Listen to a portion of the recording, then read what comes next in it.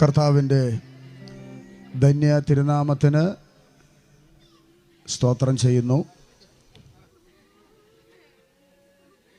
ഞങ്ങൾ ഇവിടെ നിൽക്കുന്ന ദൈവദാസന്മാരുടെ വലിയൊരു നിര ഞങ്ങളുടെ സഹപ്രവർത്തകന് അദ്ദേഹം ചെയ്ത ശുശ്രൂഷകൾക്കനുസരിച്ച് ഒരു യാത്രയപ്പ് നൽകുവാൻ ആണ് എത്തിയിരിക്കുന്നത്. പെന്തക്കോസ്റ്റൽ കൗൺസിൽ ഓഫ് ഇന്ത്യക്ക് വേണ്ടി അതിൻ്റെ പ്രവർത്തകരിപ്പോൾ അദ്ദേഹത്തിൻ്റെ മൃതശരീരത്തിൽ ബൊക്കെ സമർപ്പിക്കും.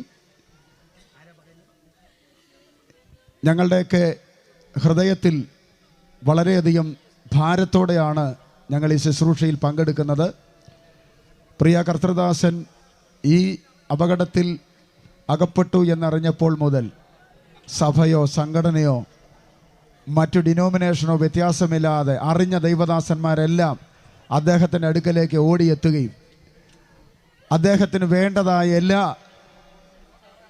കാര്യങ്ങളും ചെയ്തു കൊടുക്കുവാനുമൊക്കെ എല്ലാ ദൈവദാസന്മാരും അതിൻ്റെ അകത്ത് മുന്നിട്ട് നിന്നു. ഞങ്ങൾക്കെല്ലാവർക്കും അദ്ദേഹത്തിൻ്റെ ചികിത്സയിൽ ഓരോ പ്രോഗ്രസ് വരുമ്പോൾ വലിയൊരു പ്രതീക്ഷ ഉണ്ടായിരുന്നു. എന്നാൽ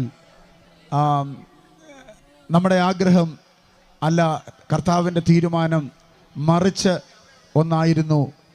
താൻ പ്രിയം വെച്ച കർത്താവിൻ്റെ സന്നിധിയിലേക്ക് കർത്താവിൻ്റെ ദാസൻ ചേർക്കപ്പെടുവാനിടയായി. ഹല്ലേലൂയ. വളരെ ദുഃഖത്തിലായിരിക്കുന്ന പ്രിയ കർത്തൃദാസി, പ്രിയ കുഞ്ഞുങ്ങൾ, സഭാവിശ്വാസികൾ ഒട്ടും ആ സാഹചര്യത്തോട് പൊരുത്തപ്പെടാൻ കഴിയാതെയാണ് ഇപ്പോഴും അവർ പ്രതികരിച്ചു കൊണ്ടിരിക്കുന്നത്. എങ്കിലും പ്രിയപ്പെട്ടവരെ, നമുക്കൊരു കാര്യം അറിയാം. അപ്പോസ്തലനായ പൗലോസ് പറഞ്ഞു, നമ്മൾ വെളിപ്പെടുവാനുള്ള ദൈവത്തിൻ്റെ തേജസ് വിചാരിച്ചാൽ ഇക്കാലത്തിലെ കഷ്ടങ്ങൾ സാരമില്ല. അതുകൊണ്ട് ആമേൻ, എത്രയും വേഗം നമ്മുടെ കർത്താവിൻ്റെ കാഹളം ധ്വനിക്കും. മരിച്ചവർ അക്ഷര ഉയർക്കും.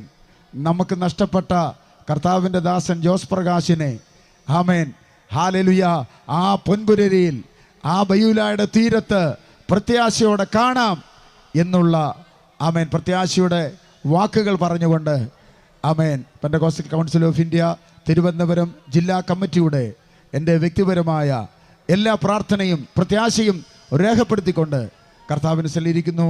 ദൈവം നമ്മെ എല്ലാവരെയും ആശീർവദിക്കുമാറാകട്ടെ.